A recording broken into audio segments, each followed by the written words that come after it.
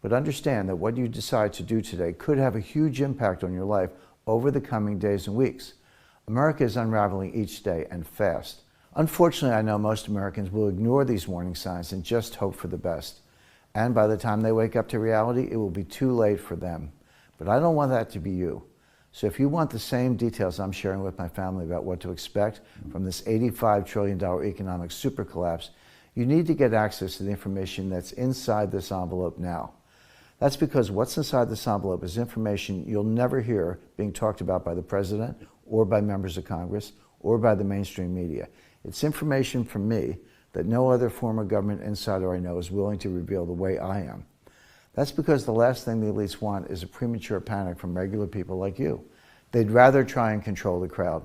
But I feel a moral obligation to prepare you, even if the truth is hard to hear and frightening. That's why today I'm going to go through 3 danger zones in our economy that I'm worried about most if I'm right about the super collapse. So you can see why I'm predicting the end of the American economy, the way we know it, in the next 6 to 12 months. Like I said, I've never released this information to the public before, but today I'm giving you that chance.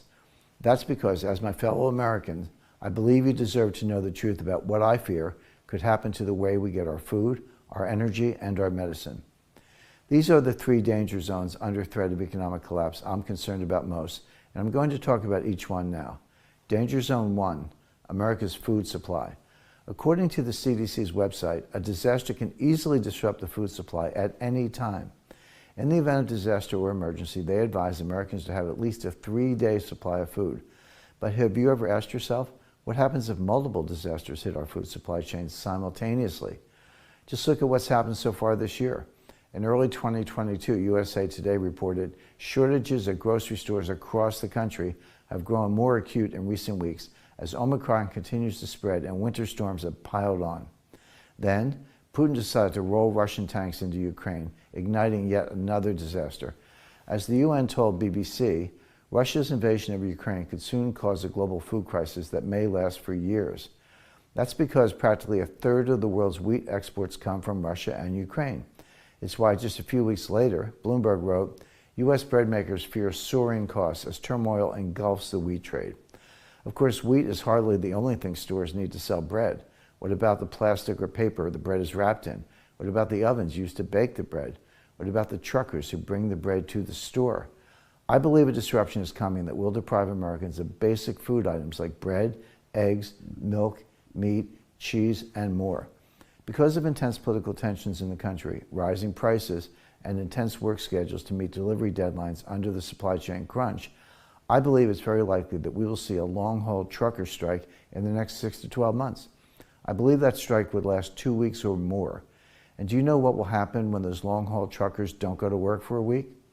Business Insider reported that when that happens, grocery stores would run out of food in 3 days. Then what? Is the CDC going to tell you they've updated the 3-day emergency guidelines on their website? It will be too late for you at that point.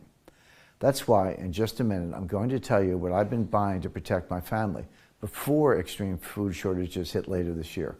I'll even tell you how long you should be prepared in a food emergency, because trust me, it's a lot longer than 3 days. If you want to ignore my advice after hearing what I'm doing, that's your decision. But I'm not going to sit on my hands and hope. And I don't want you to feel like that's your only choice either. Especially when you see that our food supply relies on another supply I'm also deeply concerned about. Danger zone number 2, America's energy supply.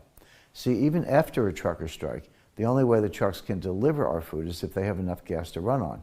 And right now, we're in the middle of the worst energy crisis since the 1970s.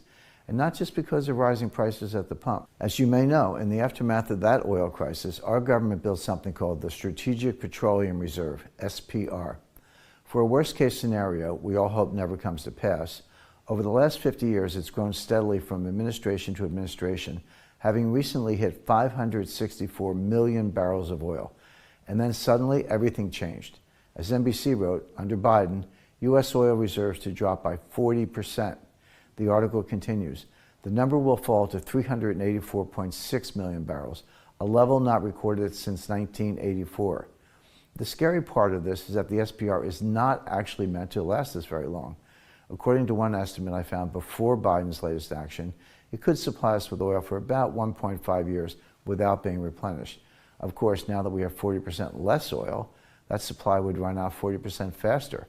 I believe that instead of that oil reserve lasting us a year and a half, it will last us less than a year. I also believe it's extremely likely we could use our strategic petroleum reserve to help Europe. This isn't on anyone's radar because most Americans aren't thinking about the boomerang effects of our economy's recent actions. But because of sanctions we imposed on Russia, it's likely that our European allies will run out of oil. When they do, the U.S. will offer to supply them with even more of our oil and natural gas to bail them out. You may think that's far-fetched, but this is exactly what's happening right now.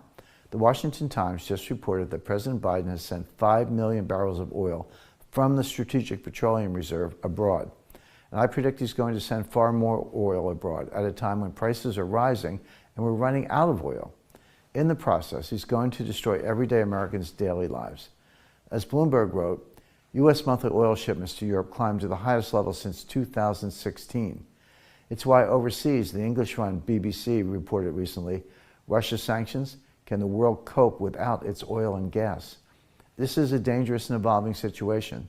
That's why this envelope contains information about what I fear Putin is planning next, so you aren't blindsided. If you have any money in the banks or in the stock market, this could impact you directly.